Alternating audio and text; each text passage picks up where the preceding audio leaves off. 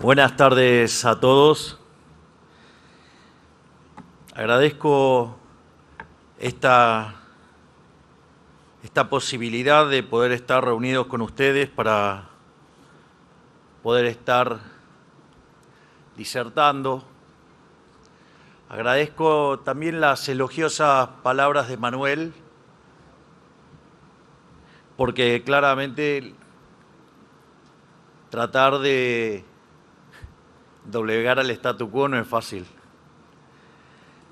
La realidad es que los procesos de cambio, cuando uno estudia, los procesos de cambio siempre generan resistencia del statu quo, y cuanto más fuerte ese proceso de cambio, evidentemente la resistencia es aún muchísimo mayor.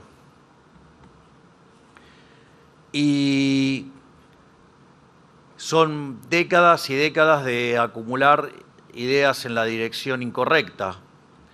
Entonces también se hace muy difícil, porque parte del proceso implica comprender que aquellas cosas con las cuales estábamos acostumbrados a pensar, evidentemente no están bien y hay que cambiarlas. Y eso además requiere todavía muchísimo más tiempo. Digo que es la parte vinculada al cambio cultural. Lo que sí habría que tomar conciencia es que Argentina entró al siglo XX siendo un país desarrollado, y es el único país que, siendo desarrollado, se convirtió en subdesarrollado. Y parece bastante poco autocrítico para aquellos que han defendido ese modelo sostener que esa es la solución, cuando en realidad ese es el modelo que nos hundió. Violar la restricción de presupuesto no es gratis. Por eso fue tan impactante cómo llegó a la gente la idea del no hay plata. Es decir, el no hay plata todos las padecemos regularmente. Y a Argentina eso no le fue barato, haber violado sistemáticamente la restricción de presupuesto. Argentina durante el siglo XX, por ejemplo, mientras que Estados Unidos tuvo 4 crisis, Argentina tuvo 22. Y cuando ustedes miran las crisis de Argentina a lo largo del siglo XX, la característica común de todas las crisis es que tiene un déficit fiscal que es o alto o desmesuradamente alto. De hecho, las crisis más emblemáticas de Argentina tienen niveles de déficit fiscal verdaderamente obscenos, ya sea como el caso del Rodrigazo en 1975, que teníamos un déficit fiscal de 14 puntos del PBI, o la tablita cambiaria en el año 81, que tenía 11. La hiperinflación de Alfonsín ocurrió con 8 y la convertibilidad se cayó con 7. Bueno, nosotros recibimos 15 de déficit fiscal entre el Tesoro y el Banco Central, que era, digamos, una ficción, ¿no? Porque básicamente el Tesoro generaba déficit fiscal, lo financiaba con emisión monetaria, y por otra ventanilla, digamos, el Banco Central retiraba esos pesos y terminó pagando 10 puntos del PBI. Entonces, básicamente, teníamos un déficit fiscal de 15 puntos del PBI. Y también, digamos, resulta increíble algunas propuestas, porque se supone que cuando uno pasa por la administración pública y tiene, digamos, esta tarea de llevar a cabo, ya sea el país, ya sea una provincia o ya sea un municipio, se supone que en el medio debió aprender qué era la restricción presupuestaria. Digo, lo comento así al pasar porque días atrás el exgobernador Schiaretti nos criticaba a nosotros por lo que estábamos haciendo y hacía una propuesta de gastar más muy linda, sonaba muy linda, la verdad que sonaba muy linda, pero implicaba elevar el déficit fiscal en 7 puntos del PBI. Entonces la pregunta es, ¿con qué lo vamos a financiar? ¿Con emisión monetaria? ¿Vamos a generar una hiper? Digamos, ¿lo vamos a financiar con endeudamiento en un contexto como el actual, digamos, donde frente al pánico político que se está espiralizando en el mercado y generando una descoordinación enorme en términos de riesgo país, un país que tiene déficit cero, o sea, uno de los 5 países del mundo que tiene déficit cero, que llevó la relación deuda-producto de niveles cercanos al 100 al 44 y que cuando miramos la deuda con el mercado está en torno al 25%. Digamos, y aún pasa esto, o sea, imagínense con un déficit fiscal de 7 puntos del PBI. O en términos de impuestos, quisiera saber, porque por cada punto del PBI necesitamos, por ejemplo, 3 puntos de IVA. Entonces yo le preguntaría al ex gobernador Schiaretti si está pensando en llevar el IVA al 42%. Es decir, si está pensando financiar esa locura gastomaníaca, hundiendo más gente en la pobreza, llevando el IVA al 42%. Porque necesitaríamos 21 puntos más de IVA, por ejemplo. Entonces, digo, ¿cuál es la alternativa? ¿Gastar para generar una hiper? ¿Gastar para hundir a nuestros hijos, nietos y generaciones futuras? ¿O matar de hambre a la gente subiendo el IVA brutalmente? Entonces, digo, romper con el círculo de la demagogia también es un tema no menor, porque, digo, 2 más 2 siguen siendo 4. Y eso parece que la política argentina se resiste a verlo. Es como querer negar la ley de gravedad. No, la ley de la gravedad no es cruel. Digo, pero si ustedes se tiran de un piso 50 se van a estrellar. Digo, y a nadie se le ocurre andar diciendo que la ley de la gravedad es cruel. Bueno, la restricción de presupuesto es... Por eso era tan genial el ejemplo ese que había hecho Alfredo Caseros con flan, ¿no? O sea, se le había terminado de quemar la casa y gritaba que quería flan. No, pero se quemó la casa, quiero flan. Pero, digamos, o sea, no hay heladera, quiero flan. No, pero, digamos, o sea, no tenés casa, quiero flan. Bueno, digo, y pareciera que la política en Argentina está empecinada en eso. Es decir, en violar sistemáticamente la restricción de presupuesto. Es decir, o si se financia con emisión de dinero, ¿a quién creen que van a perjudicar? Se supone que dicen que van a proteger a los más vulnerables con emisión monetaria. Es decir, con impuesto inflacionario, digamos, me parece que no se enteraron que es el impuesto más regresivo de todos. Por lo tanto, digamos, uno también se encuentra no solo con el que tiene que gestionar, sino que además tiene que luchar y romper la demagogia. Tal como lo mencionó Manuel en la intro que hizo, que te agradezco mucho, Manuel, por tu generosidad. Argentina, probablemente nosotros cuando llegamos recibimos la peor herencia de la historia, porque teníamos un desequilibrio monetario, un money overhang que era el doble del que había en la previa del Rodrigazo, que implicó sextuplicar la tasa de inflación, con lo cual de base íbamos a ir a multiplicar por 12 la tasa de inflación. No solo eso, sino que además teníamos un desequilibrio en la hoja de balance del Banco Central mayor que la que tenía, por ejemplo, Alfonsín en la previa de la hiper. Alfonsín tenía pasivos remunerados respecto a base de 3, nosotros teníamos 4. Es decir, nosotros en un día podíamos quintuplicar la cantidad de dinero. Teníamos indicadores sociales peores que los del 2001 al momento de llegar. Aún los no sincerados. Pero además teníamos déficit fiscal por 5 puntos del PBI en el Tesoro, 10 puntos del PBI en el Banco Central. Teníamos deuda en pesos venciendo muy rápidamente por el equivalente de 9 bases monetarias. Teníamos el acuerdo con el fondo caído. Teníamos también las deudas comerciales en el Banco Central, la CIRA, por más de 40.000 millones de dólares. Teníamos reservas netas negativas por 11.500 millones de dólares. Había una brecha que era del 200%.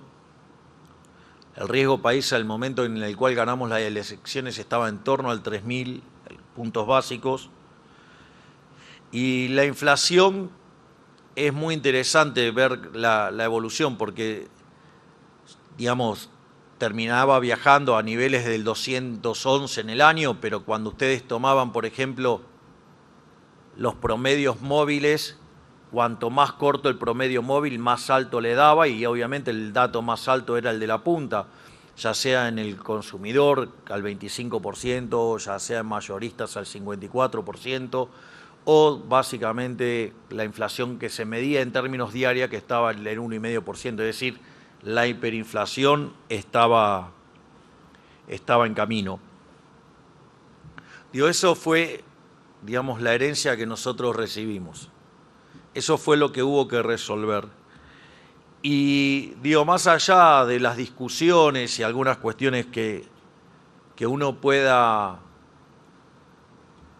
hacer, nosotros sabíamos que era fundamental terminar con la inflación, y para terminar con la inflación había que terminar con la emisión. O sea, nosotros consideramos que la inflación es siempre y en todo lugar un fenómeno monetario que se genera por un exceso de oferta de dinero, ya sea porque subió la oferta, porque cayó la demanda, ocurrieron las dos cosas a la vez, que genera una pérdida del poder adquisitivo del dinero y todos los precios expresados en unidades monetarias suben. Y eso esencialmente requería poner en caja el Tesoro y poner en caja el Banco Central para cortar de una vez por todas con la emisión monetaria. Entonces ahí digo que quiero ponerme más en la parte positiva. Digo, ¿qué lecciones hemos aprendido de todo esto, al menos en este corto tiempo? Y el motivo por el cual me convocan de distintas universidades del mundo, digamos, para justamente explicar qué es lo que ha pasado en Argentina. Porque acá se sostenía que la inflación no era monetaria, sino que era multicausal. Decían que si hacíamos el ajuste iba a ser hiperrecesivo y que iba a haber una gran cantidad de desempleo y pobres. Y ni que hablar, digamos, toda la discusión sobre el tipo de cambio y los precios y básicamente el orden en las calles. Entonces, nosotros emprendimos un ajuste fiscal en el primer mes de gestión, después de 123 años de déficit fiscal, que no arregló nadie en 123 años. En el primer mes de gobierno nosotros pusimos las cuentas fiscales en orden. Es decir, algo que parecía imposible a lo largo de 123 años, nosotros lo hicimos en un mes. No solo eso, sino que comenzamos a trabajar en limpiar la hoja del Banco Central para terminar con el cuasi fiscal. Y algo de lo que nadie en la política hacía una propuesta al respecto, y en realidad era una verdadera bomba de tiempo, se resolvió en 6 meses. Es decir, que a lo largo del primer semestre del 2024 no solo pusimos en caja al fisco, sino que además terminamos con la emisión monetaria.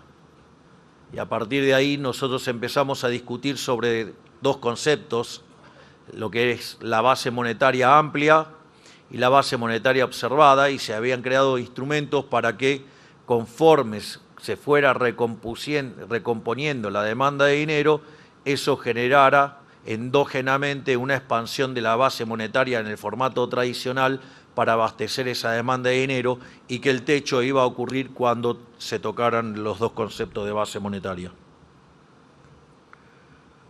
Pero frente a ese ajuste consideraban que la inflación no iba a bajar y que no podía bajar de ninguna manera del 30% en minoristas.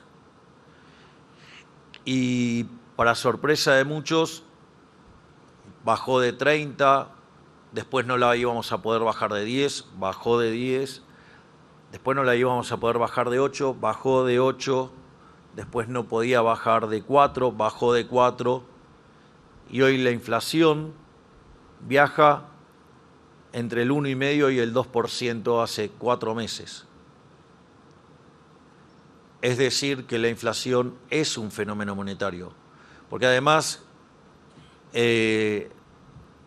Friedman, cuando decía y daba esa frase, añadía que la política monetaria tiene rezagos. Esos rezagos en Argentina se estiman que son entre 18 y 24 meses. Es más, un reciente trabajo de la Universidad de Córdoba, un alumno de la Universidad de Córdoba, que le tutorió la tesis mi queridísimo amigo Enrique Neder, digamos, probó que el rezago de la política monetaria en Argentina son 26 meses. Por lo tanto, si Argentina siguiera con esta política de mantener constante la cantidad de dinero, para mitad del año que viene, la inflación en Argentina habrá sido solo una mala historia que se habrá terminado.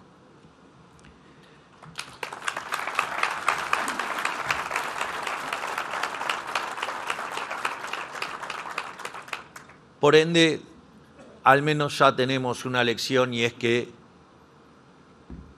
el dinero es lo que causa la inflación. No solo aprendimos esa lección, aprendimos también otra lección, que uno podía hacer un ajuste fiscal y que el ajuste fiscal podía ser expansivo.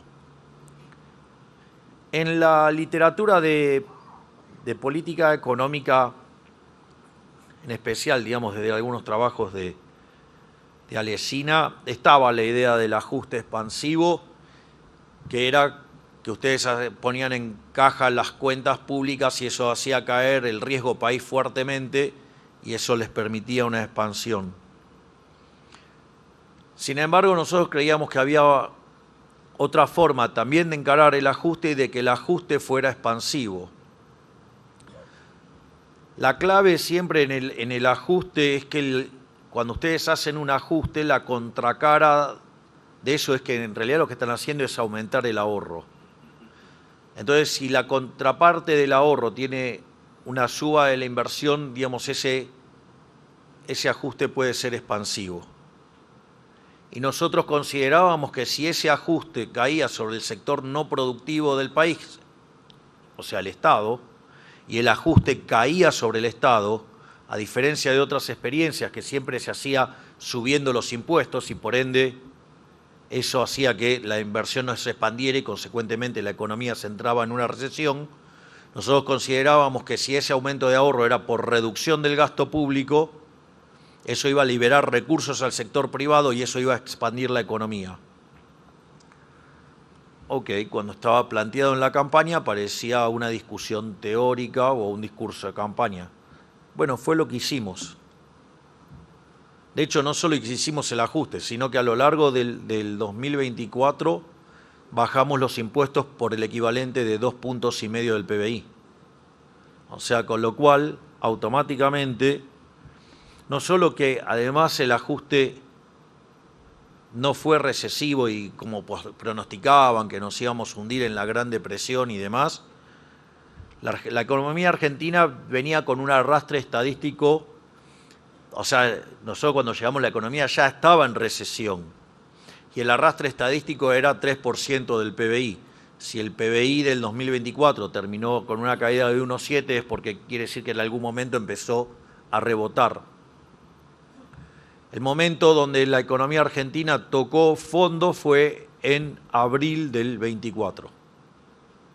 Y a partir de ahí la economía argentina empezó a expandirse y cuando terminó el año 2024, en diciembre, el EMAE desestacionalizado, que es el estimador mensual de la actividad económica, terminó 6 puntos porcentuales arriba que el de diciembre. Es decir, que además probamos que se podía hacer un ajuste que fuera expansivo, siempre que ese ajuste implicara ir sobre el sector parasitario de la economía, que es el Estado.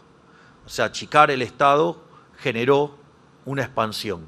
Es decir, hicimos un ajuste que fue expansivo.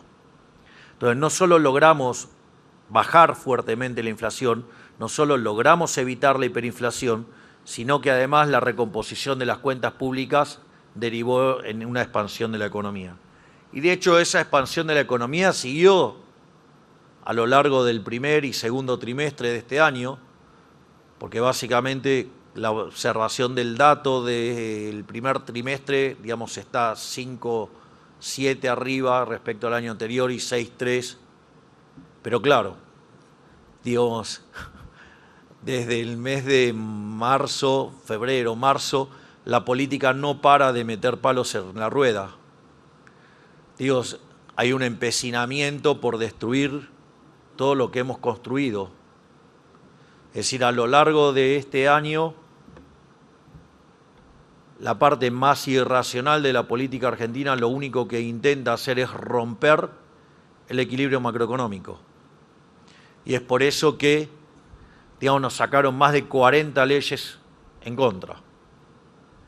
Y la verdad que también la crítica que se hace a la política es bastante ingenua, por decirla, porque nunca deberían olvidarse que nosotros asumimos con el 15% de la Cámara de Diputados y menos del 10% de la de senadores. O sea, es increíble todo lo que hicimos en el primer año, pero creo que de hecho nos dieron todas esas cosas porque creían que iba a salir mal. Porque además todo este proceso fue acompañado por casi 9.000 reformas estructurales. Y lo más interesante entonces es que el ajuste sí puede ser expansivo. Argentina igual tiene el PBI hoy en niveles máximos de producción, o sea, en línea con los que teníamos en el 2011. Tenemos los niveles de consumo en los máximos históricos, es decir, en línea con los del 2011. Y recuerdo que también decían que íbamos a hacer que la pobreza se multiplicara enormemente. Y la realidad es que si uno llevara esto a la frecuencia mensual del análisis de la pobreza, para contemplar, digamos, las cosas que quedan escondidas detrás de un promedio cuando una variable es creciente, o, digamos, lo que implica haber tenido controles de precio y entonces contablemente tenían un nivel de pobreza, pero cuando iban al mercado era distinto porque no encontraban el producto de la góndola, lo tenían que ir a buscar a otro lado. Cuando ustedes corregían por todas esas cosas, eso queda plasmado en el indicador de pobreza que sigue Di Tella y estaba en el orden del 54 y 57% según cuando se paran. Y hoy ese indicador está en 30%. Es decir, que este gobierno sacó de la pobreza a 12 millones de argentinos. Había además 6 millones de argentinos que no comen y hoy comen porque salieron de la indigencia. Por lo tanto, no solo que pusimos en caja las cuentas públicas, sino que además bajamos la inflación y además sacamos gente de la pobreza y la indigencia. Es decir, generamos como que parece que hubiéramos encontrado la máquina de la prosperidad. ¿Quiere decir que los problemas se terminaron? No, de ninguna manera estoy diciendo que se terminaron los problemas. Es decir, nosotros sabemos que tener 30% de pobres es algo hiperdoloroso. Digamos, es como estar a mitad de camino. Digo, la realidad es que la pregunta es, ¿qué hacemos? Y yo diría, mire, no aflojemos, sigamos para adelante. ¿Falta un montón? Sí, pero hemos logrado un montón. hay que hacer que valga la pena todo ese esfuerzo que acabamos de hacer durante estos casi 20 meses, que valgan la pena, hay que seguir adelante. Es decir, y después a veces dicen no escuchan. Digo, ¿qué quieren que escuche? La receta que fracasó durante 100 años. ¿Qué quieren? ¿Que volvamos al déficit fiscal, a la emisión monetaria, al descontrol cambiario monetario? O sea, digo, ya sabemos qué es esa receta. Dejó 57% de pobres, el 70% de los chicos pobres. Digamos, estábamos al borde de la hiper. Digo, eso no es una solución. Entonces, lo que digamos, nosotros estamos pidiendo en este momento es que no aflojen, que sabemos que es duro, que falta, pero estamos a mitad de camino. Por lo tanto, hay que salir adelante. O sea, hay que seguir, digamos, hay que seguir metiéndole, hay que seguir empujando. Digamos, ¿por qué? Porque del otro lado está el camino de la prosperidad.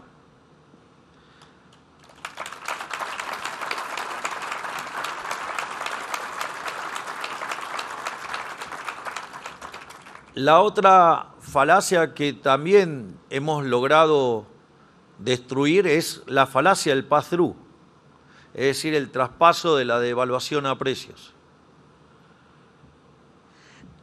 Y la realidad es que, dado este comportamiento destructivo del Partido del Estado, básicamente hemos tenido muchísima volatilidad, se ha traducido en mucha volatilidad en el tipo de cambio. Sin embargo, la inflación minorista continúa en torno al 1,5% y el 2%. Y eso que miren que la demanda de dinero la están sacudiendo de lo lindo, Entonces, la realidad es que también, digamos, es bueno comprender cómo funciona el sistema de precios. Y me parece que también es una lección interesante para no cometer determinados errores de cara al futuro. Ahora, también hay algo que es muy importante y que si no hubiera estado esta contrapartida, todas estas cosas no se hubieran podido lograr. Es decir, hemos hecho cosas maravillosas en materia de bajar la inflación, en materia de ir recomponiendo la cuestión del endeudamiento. De hecho, la deuda bajó en 50.000 millones de dólares. Nosotros teníamos 500.000 millones de dólares cuando llegamos, hoy son 450.000 millones de dólares. Es decir, somos el primer gobierno que paga tanta deuda, o sea, pagamos deuda, en 20 meses bajamos la deuda a 50.000 millones de dólares. Por eso pasó de niveles del 100% a 44%.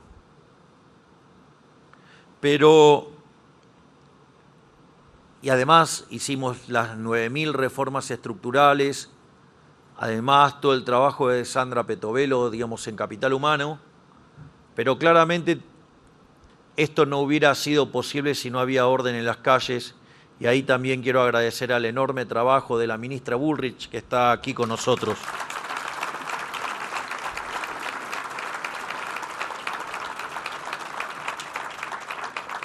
A la ministra Bullrich, además también los argentinos tenemos una gran deuda con ella, porque es una verdadera patriota. Porque cuando en el 22 de octubre del 23, a la luz del resultado electoral, tuvo una generosidad enorme en redireccionar su fuerza política para apoyarnos en el balotaje, y que fue lo que permitió que yo tenga la posibilidad de ser presidente de la Nación Argentina. Y gracias a su grandeza y a su entereza y de ser una argentina de bien, una patriota, digamos, la doctora Bullrich habló con el expresidente Mauricio Macri y juntos decidieron apoyar llegamos a la presidencia y pudimos hacer muchísimas cosas enormes a lo largo del primer año y meses del gobierno, y que estamos confiados que vamos a poder seguir haciéndolo de acá en adelante, porque ya todos hemos visto quién está de enfrente, ya hemos visto a los forajidos de vuelta. Así es que, digamos, vamos a seguir trabajando por hacer una Argentina mejor para que salgamos del populismo y salgamos adelante de una vez por todas.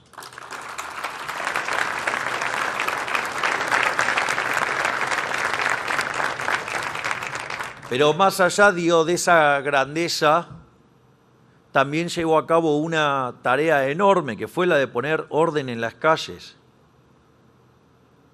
Es decir, la ministra Petovelo había identificado el nexo, donde había que romper el nexo entre lo que eran las prestaciones sociales y el momento que llegaba a la gente, digamos, donde estaban en el medio los gerentes de la pobreza, y había que cortar ahí. Pero ahí cortar los cables no era tan fácil.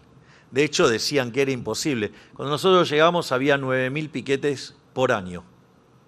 Bueno, la ministra Bullrich lo llevó a 0. O sea, con el protocolo antipiquete.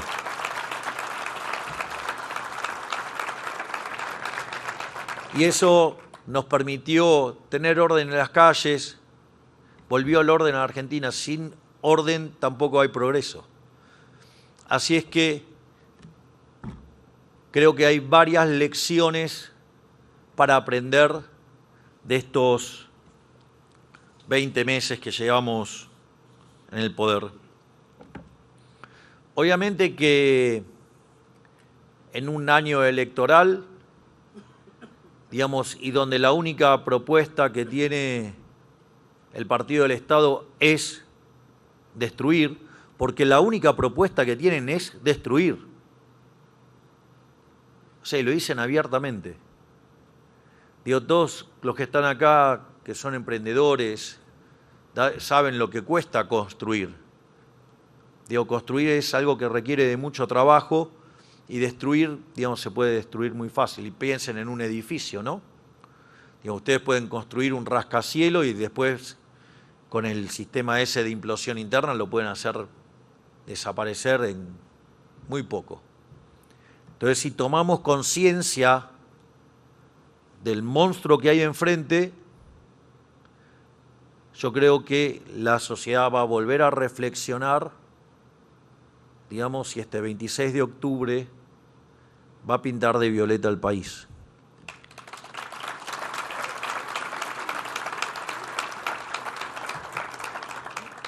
Y esto es más allá, digamos, de una encuesta o de lo que uno pueda estar mirando. Es principio de revelación pura. Si estuvieran para ganar, acorde a lo agrandado que están, seguramente no estarían tratando de romper todo el tiempo. Así es que parte de lo que están viendo, parte del desafío, parte de todas las problemáticas que se están impulsando desde el Partido del Estado, es la contracara, porque saben que pierden. Entonces quieren romper todo para conseguir un mejor resultado. Pero nosotros vamos a seguir peleando y vamos a seguir avanzando, no nos vamos a rendir de ninguna manera, porque nosotros vinimos para hacer grande a la Argentina nuevamente y no vamos a cesar en esa tarea de ninguna manera.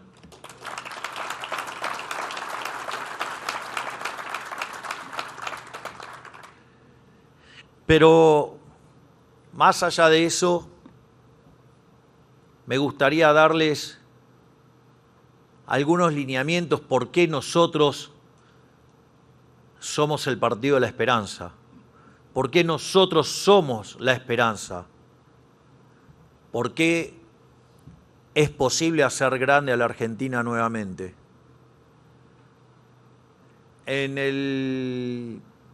Lo que fue la cadena,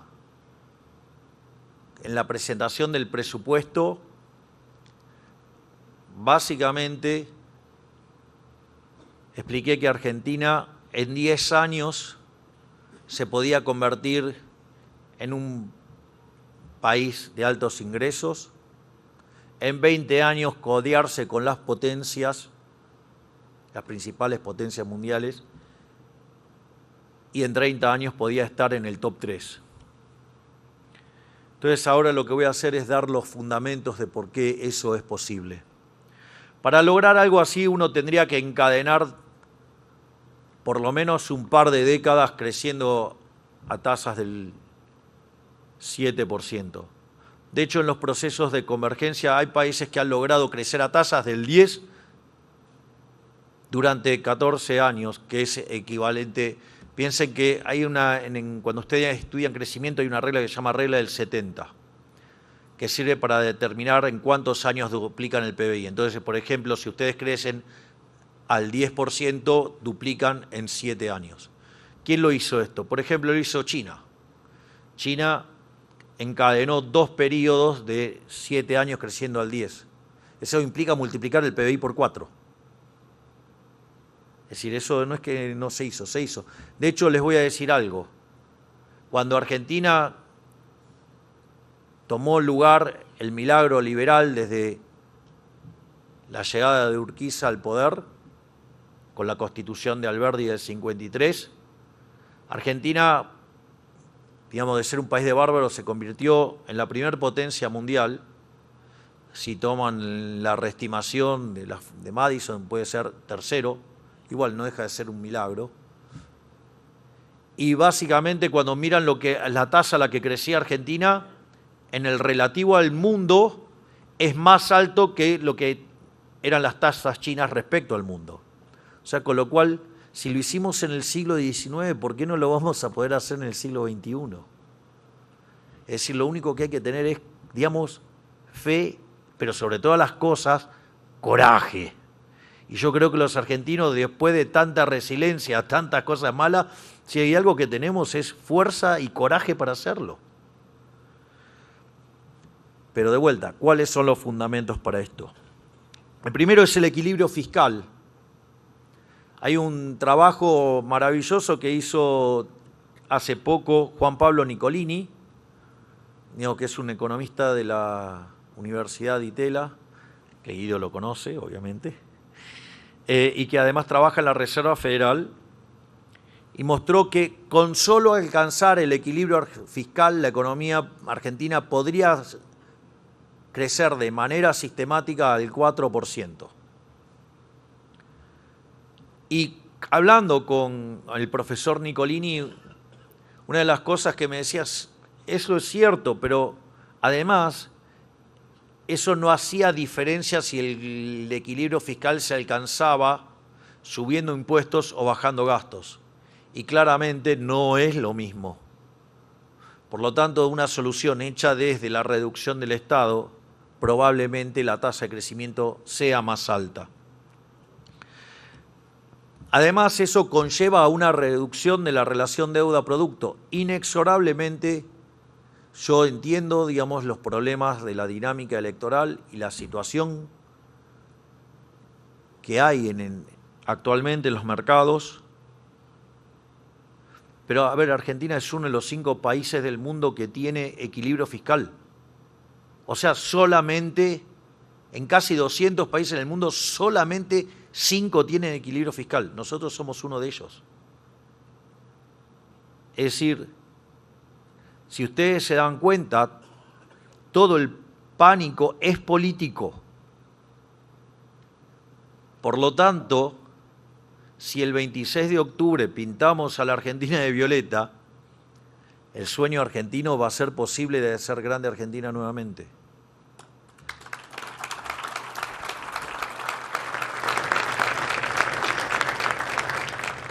Otro elemento que también es muy importante, cuando ustedes tienen inflación generan distorsión de precios relativos y esa distorsión de los precios relativos castiga el crecimiento económico. A mitad del año que viene la inflación habrá sido historia, por lo tanto eso va a implicar un salto en el nivel del PBI. Es decir, va a ser de una vez para siempre, se va a manifestar como mayor crecimiento, pero es un efecto de una vez y para siempre, pero sí que va a existir. y no es menor porque después van a escalar crecimientos sobre eso. Pero no solo eso, en distintas ponencias, el ministro Luis Toto Caputo además habló de lo que sería nuestra reforma tributaria. Y es una reforma tributaria destinada a bajar impuestos, no a subir impuestos. Y nuestra hipótesis es que si nosotros lográramos encadenar una secuencia de tasas de crecimiento en torno al 6-7%, de acá al año 2031 le estaríamos devolviendo a los argentinos en reducción de impuestos 500.000 millones de dólares. Es decir, más que lo que debemos hoy como país. Y eso sí que es un shock de...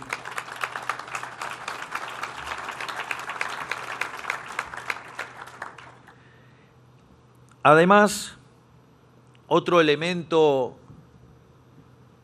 que juega un rol importante en el crecimiento es el trabajo enorme que hace el doctor Federico Sturzenegger en el Ministerio de Desregulación. Voy a contar una anécdota que muestra básicamente acerca de los fundamentos de lo que estamos haciendo. Cuando me tocó ser parte de la reunión del G7, invitado por la primera ministra de Italia, Giorgia Meloni, me invitó para hablar sobre inteligencia artificial y crecimiento económico.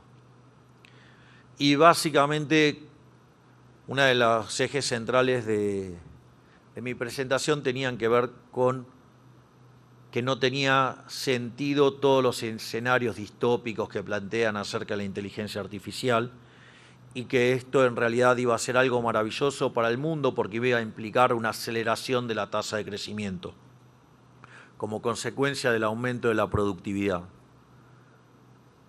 De hecho, el doctor Reidel, digamos, quien además está con las cuestiones de energía nuclear y los temas de inteligencia artificial, porque obviamente los data centers hay que alimentarlos, entonces son cosas y necesitan de mucha energía y de mucha estabilidad.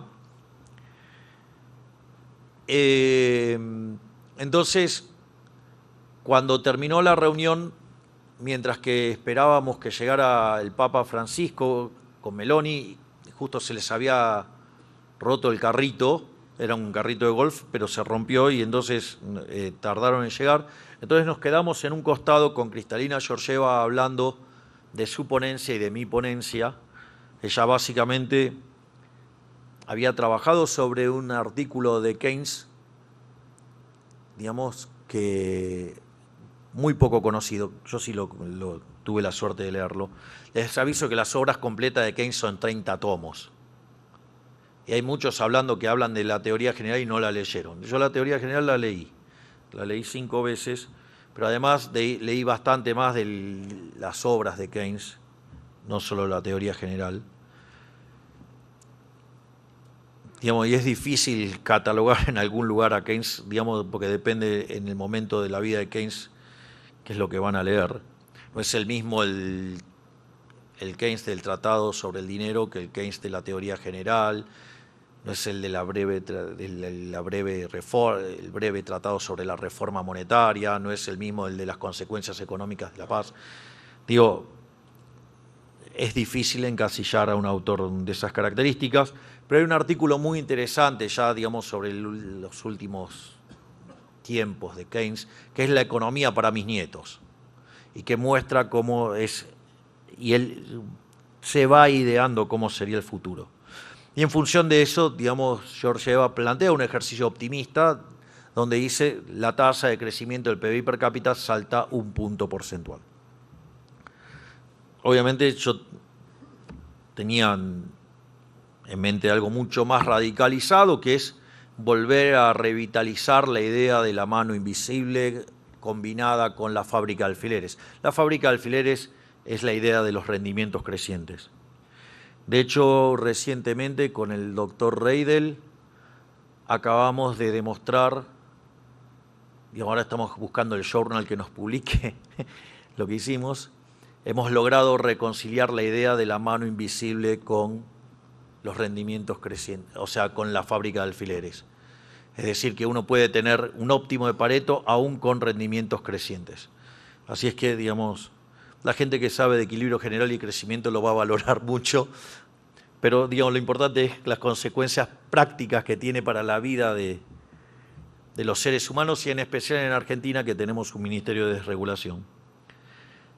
Entonces, yo le conté esta idea, que el problema con la economía neoclásica de querer replicar mercados competitivos, cuando aparecían los rendimientos crecientes, como los rendimientos crecientes están asociados a estructuras concentradas, se generaban una maraña de regulaciones que terminaba matando el crecimiento económico.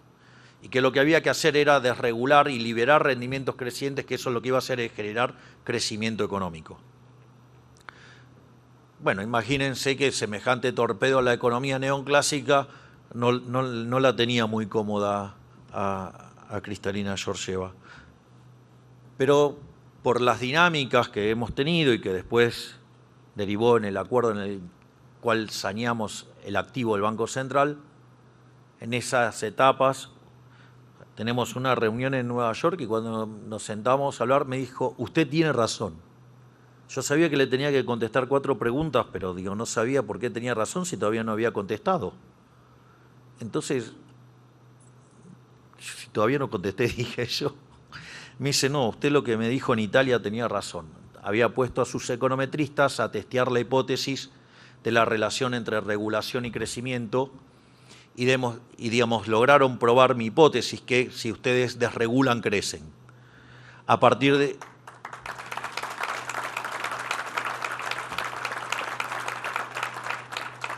Y es así que me pidió si podían sumar a Federico, a Sturzenegger, como parte de los asesores del fondo para desregular y generar crecimiento económico.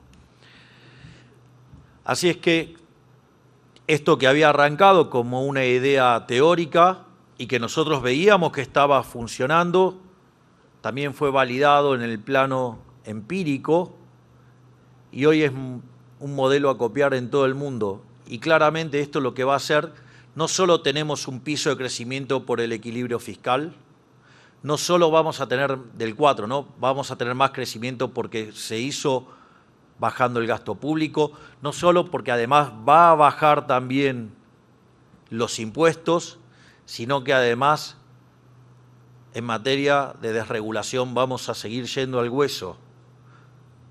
¿Por qué? Porque eso va a ser en favor de los argentinos, va a potenciar muchísimo más el crecimiento económico y crecer a tasas durante la convergencia a niveles del 7% va a ser posible. Y es por eso que decimos que en 10 años nos vamos a convertir en un país de altos ingresos, en 20 años en una potencia y en 30 años en uno de los países top 3 del mundo. Porque sí se puede hacer y lo vamos a hacer porque no solo sabemos cómo hacerlo, sino que además, sobre todas las cosas, tenemos la convicción, por ende lo vamos a hacer.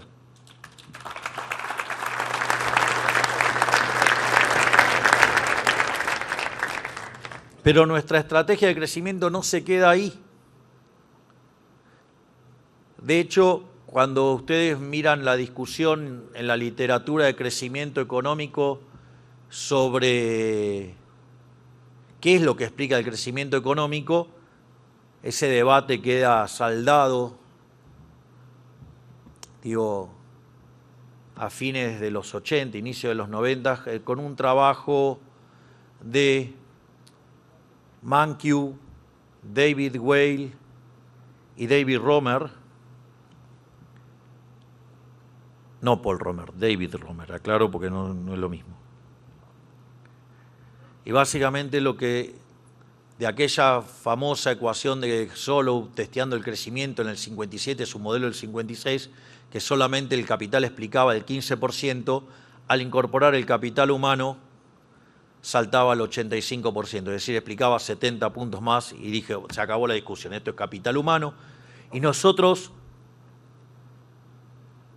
es tanto lo que creemos en eso.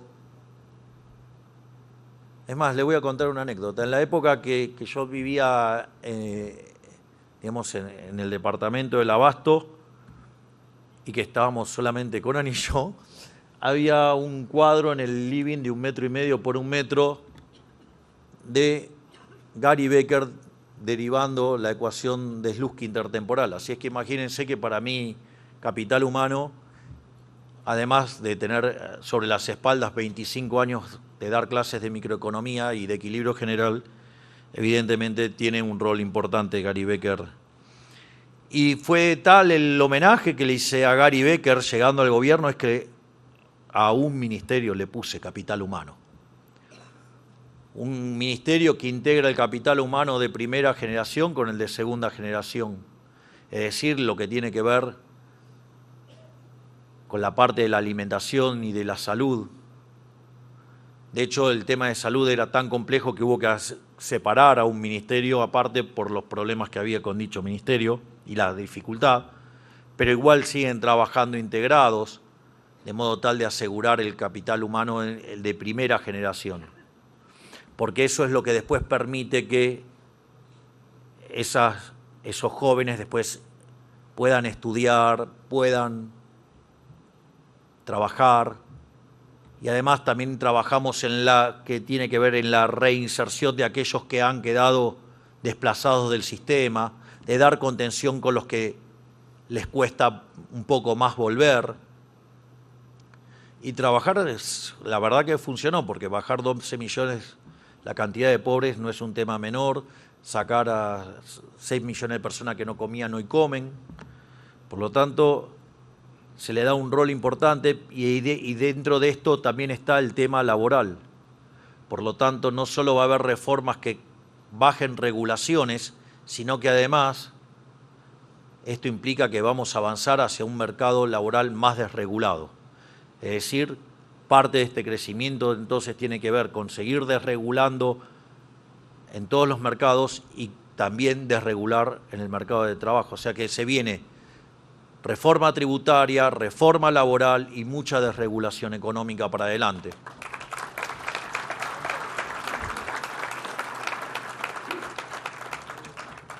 Les hago una nota de color.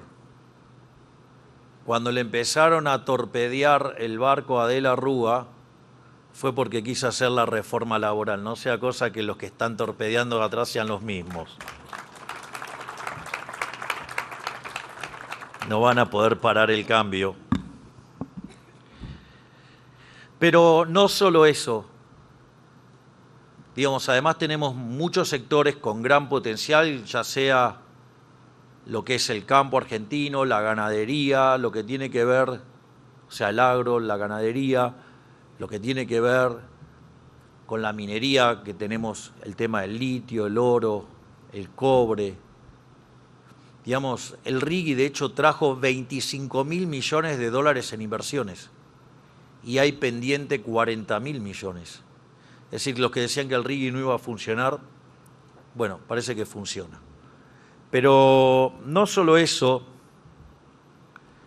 digamos, todo lo que tenemos en materia de minerales raros, la revolución del oil and gas, digamos, en Argentina, en especial Vaca Muerta, también lo que tenemos para hacer en materia de energía nuclear,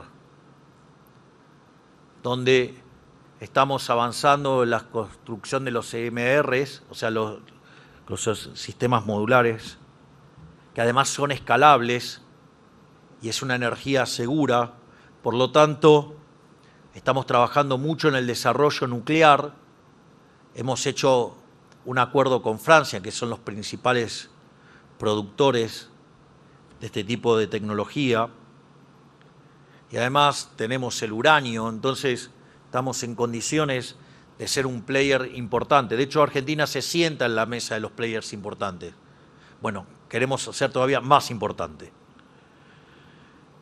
Y eso, digamos, va a facilitar todos los desarrollos de inteligencia artificial que estamos pensando que podrían tomar lugar en el sur.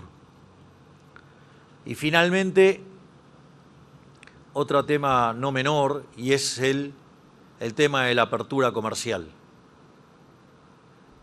Es decir, una vez que nosotros avancemos en la reforma tributaria, una vez que avancemos en la reforma laboral, vamos a estar en condiciones de abrir más la economía sin que eso tenga un costo social negativo. Es decir, acá es muy importante la secuencia. No es lo mismo abrir la economía y después, digamos, desregular el mercado laboral y después bajar impuestos. Eso podría ser profundamente doloroso para la población. Por eso es bajar impuestos, después de bajar impuestos, después de regular el mercado laboral, después abrir y entrar en un loop permanente. En ese sentido, hemos estado también avanzando y trabajando muy fuertemente en un acuerdo comercial con los Estados Unidos, donde Argentina estaría teniendo un trato muchísimo mejor que el resto de los países, sino que además hemos profundizado nuestro vínculo con el Mercosur y estamos trabajando muy rápidamente y avanzando mucho más de lo que se había avanzado hasta ahora en el acuerdo con la Unión Europea, y días atrás también cerramos el acuerdo con EFTA. Así es que también trabajamos para que Argentina cada día sea un país más abierto. Por lo tanto, los Key Value Drivers para que Argentina pueda crecer están a toda marcha, están a toda máquina. Probablemente tengamos una pequeña pausa como consecuencia de la volatilidad que está creando el Partido del Estado. Pero no tengan duda que si el 26 de octubre pintamos a la Argentina de violeta, vamos a iniciar el camino a la tierra prometida y Argentina va a ser grande nuevamente. Muchísimas gracias y ¡viva la libertad, carajo!